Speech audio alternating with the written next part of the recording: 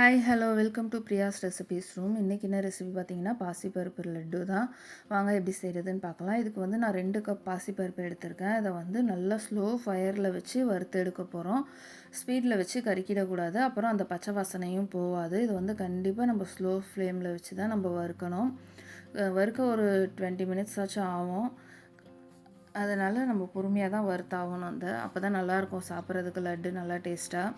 நல்லா வறுத்ததுக்கப்புறமா இந்த ஸ்டேஜ் வந்ததுக்கப்புறமா ஒரு தட்டுக்கு மாற்றிடலாம். இதை வந்து நான் மாவு மில்லில் அரைக்க போகிறேன். மிக்சியில் அரைக்கிறனால அரைச்சிக்கலாம். 2 கப் பாசிப்பருப்புக்கு 2 கப் சர்க்கரை கண்டிப்பாக தேவைப்படும். இதை சர்க்கரையை மட்டும் நான் மிக்சியில் சேர்த்து அரைச்சிக்கிறேன். இப்போ எல்லாத்தையும் ஒன்று சேர்க்க போகிறோம். நம்ம ஒரு பேஷனில் நான் வந்து பாசிப்பருப்பு, அரைச்ச பாசிப்பருப்பு, அரைச்ச சர்க்கரை ரெண்டுத்தையும் ஒன்றா சேர்த்து மிக்ஸ் பண்ணி விட்டுக்கிறேன்.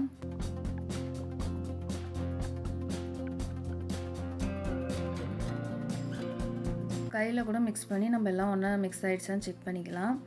எல்லாம் ஒன்றா மிக்ஸ் பண்ணதுக்கப்புறமா ஒரு 25 கிராம் முந்திரி பருப்பை வந்து நான் பொடியாக கட் பண்ணி வச்சுருக்கேன். அதையும் இதோடு சேர்த்துக்கிறேன். இப்போ அதையும் ஒன்றா சேர்த்து நல்லா மிக்ஸ் பண்ணி விட்டுட்டு, இதுக்கு வந்து எனக்கு டோட்டலாக 1/4 லிட்டர் நெய் தேவைப்படும்.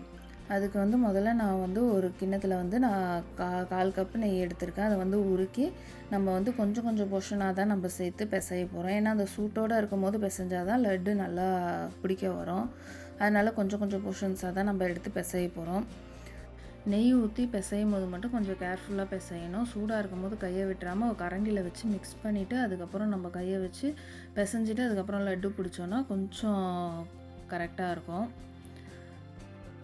எல்லாத்தையும் நல்லா ஒன்றா பிசறி விட்டுட்டு ஒன்றா மிக்ஸ் ஆனதுக்கப்புறமா நம்ம லட்டூஸ் பிடிக்க ஆரம்பிச்சிட வேண்டியது தான்.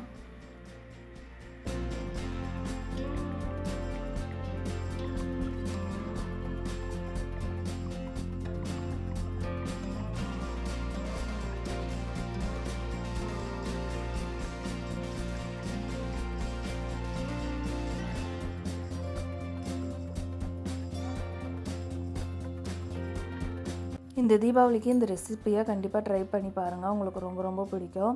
இது போல் நிறைய ரெசிபிஸ் பார்க்குறதுக்கு என்னோடய சேனலை சப்ஸ்கிரைப் பண்ணி சப்போர்ட் பண்ணுங்கள். தேங்க்யூ ஃபார் வாட்சிங்.